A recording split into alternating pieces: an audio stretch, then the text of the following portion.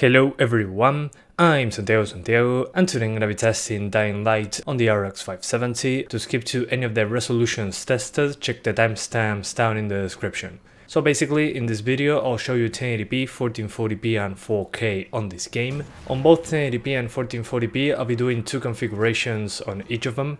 One targeting over 60 frames per second and the other one trying to be over 30 with the best graphics possible. I won't be doing this at 4K since even at the lowest settings 60 frames per second wasn't consistent at all. It's pretty demanding on the GPU, which is to be expected at such a high resolution. So in the options menu we have some options that help us get better performance.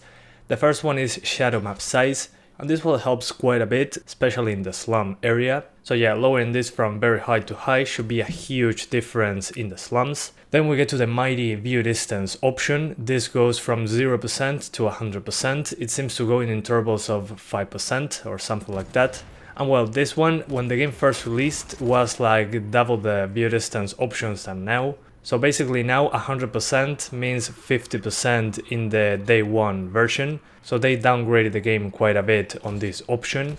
Personally, I recommend keeping it at 30%, especially in the big city area. This makes a huge difference. It's like going from 60 to 75 frames per second, going from 100 to 30%. So yeah, keep it around that number, in my opinion is the sweet spot. Then we got ambient occlusion, which is the one made by the developers themselves.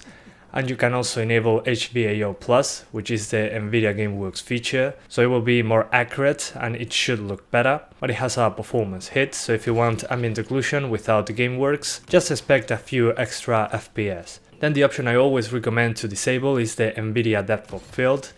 This one, when you're attacking an enemy, it shows up and it destroys the performance for a few seconds, so my recommendation is to just turn it off. It doesn't add anything to the game, at least in my opinion, and you get like a 20 FPS hit when you're attacking an enemy very close. We also have the NVIDIA PCSS shadows, the same ones we have on GTA 5 and other games that have GameWorks features. This one is a performance hit as well, but you get more realistic shadows that get diffused the farther you are from the object that casts the shadow. It's very noticeable on trees and some very tall lamps. So yeah, more realistic shadows, but they have a bigger performance hit, so keep that in mind. And some people really like sharp shadows, so it's all up to you on that one. And then we got the anti-aliasing option. I recommend enabling this one. It's a performance hit, yeah, but it doesn't have as many jaggies on screen when you're playing the game. Then the motion blur, film grain effect, chromatic aberration, I disable those all the time. I don't really like how they look in this game. It makes me want to throw up. In this game in particular, I don't like the implementation, but they don't have a big performance hit, so do whatever you want on these ones. But yeah, overall the game runs pretty good on this GPU. You can do 1080p max settings and be over 50 frames per second. Then you can lower a few things and be over 60 all the time. Then at 1440p, you need to lower shadows to high, view distance to 30%, disable EVGA+, enable anti-aliasing, and you'll be over 60 pretty much all the time. Sometimes it drops into the mid-50s when there's a lot of foliage, but you can remedy that by lowering foliage to medium. And you can also max it out at 1440p and be over 30 frames per second if you're into that. And at 4K we cannot get 60 frames per second like I said at the start of the video, so if you want to play with a controller or cap it at 30 frames, it's a very good option. The game looks really good at 4K.